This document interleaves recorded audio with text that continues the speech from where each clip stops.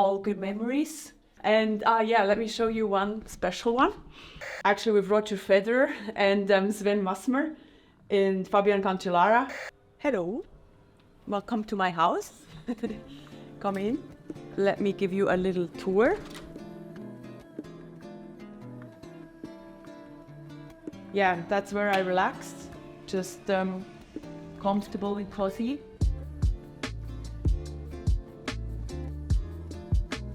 And big table for some good nights with friends, always nice. I love to have friends over for dinner and some good nights. We had already quite a few in the off season, and yeah, it's nice to come together.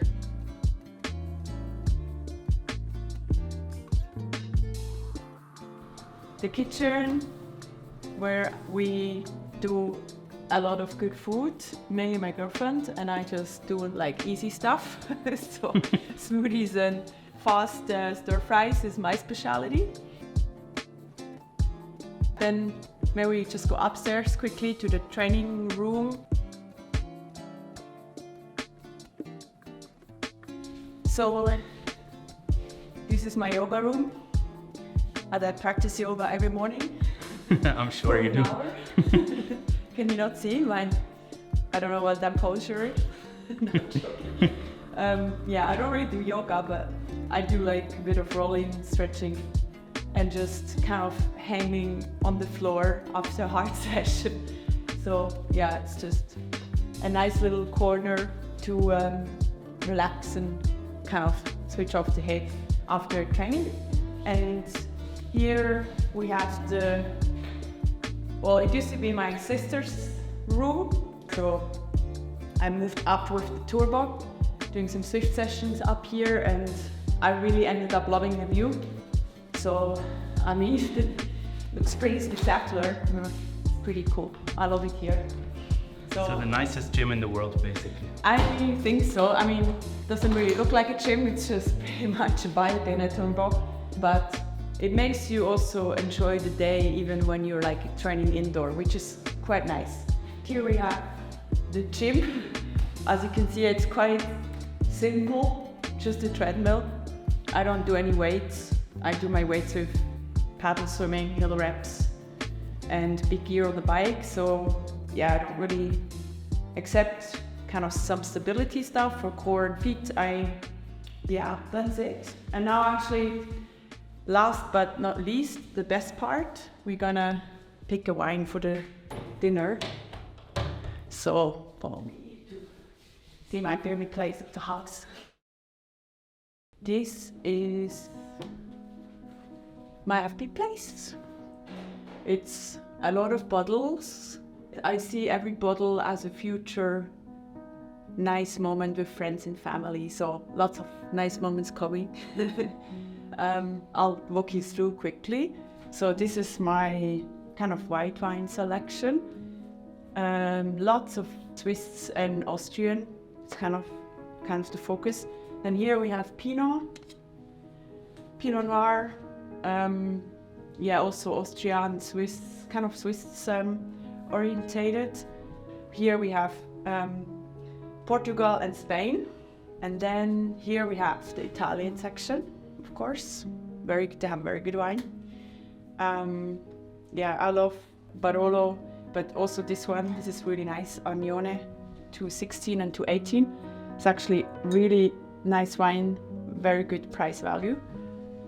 And then here we have the international section, where you can see it's actually quite a lot of missing yet. So we have Napa Valley from US, and then, this is actually France, but we're missing Argentina, Chile. What else do we miss? Yeah, there's still space, so I still look out for good wine. If you know good wine, let me know. And here, this is my French selection, mainly all Bordeaux. So yeah, as you can see, they're actually all quite young. So most of them are 220. Still quite some years to go, so they have to rest. they'll be ready in maybe like 20 years. So I have to be patient. And here we have like some nice memories. So we can go from young to old. So this is Chateau Mutorocil. This is like one of the best bottles. And my stepdad, Urs, he always used to be a fan, so he had almost all the bottles. So this we had as a celebration bottle after ROF, after the world record. We were in a restaurant and we discovered they had that bottle. So it's from 2003 with my family. Yeah, really nice moment. Yeah, we could kind of celebrate that together as a family last summer. And then here we have the 197. It's my brother's birthday, and he actually gave this to me. So he got from my stepdad, he got quite a few bottles. He made a friend's dinner for me as a thank you for some gift. So they opened the bottle from his year. And then this is actually my year, 1987. This is, I actually didn't drink this. So that would be worth, I don't know how much now, but it's empty. But my stepdad used to have that, so he gave it to me because I think it's a really pretty bottle. And then the year 85, yeah, my stepdad opened that as a dinner a few years ago. We had a nice evening, and this is like super old. We had it to celebrate his, I think his 80th birthday. And it's from 1970, and we drank it 2 years ago. It was a bit too late. I mean, it was 50 years old, so we waited a bit too long with that one, but it was still actually very impressive that a 50-year-old wine can still be nice. And this, it's not from the Rothschilds, but Lanchemache. I had that with my girlfriend's uncle. At his home, he opened that for us, and it was a very nice evening as well. So yeah, I think just all good memories. These ones in the past and these ones all in the future. And yeah, let me show you one special one. This one here. This one is very special. So that's the Donatch Completer. I discovered this wine actually with Roger Federer and Sven Wassmer.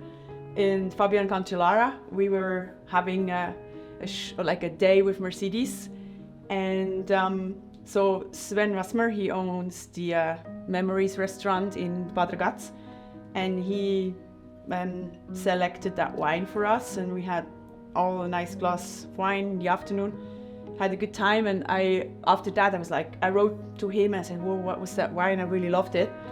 So he introduced me to the Donatch wine, and it's actually Swiss from Malans, and I got to know him last year. Yeah, it's super nice wines.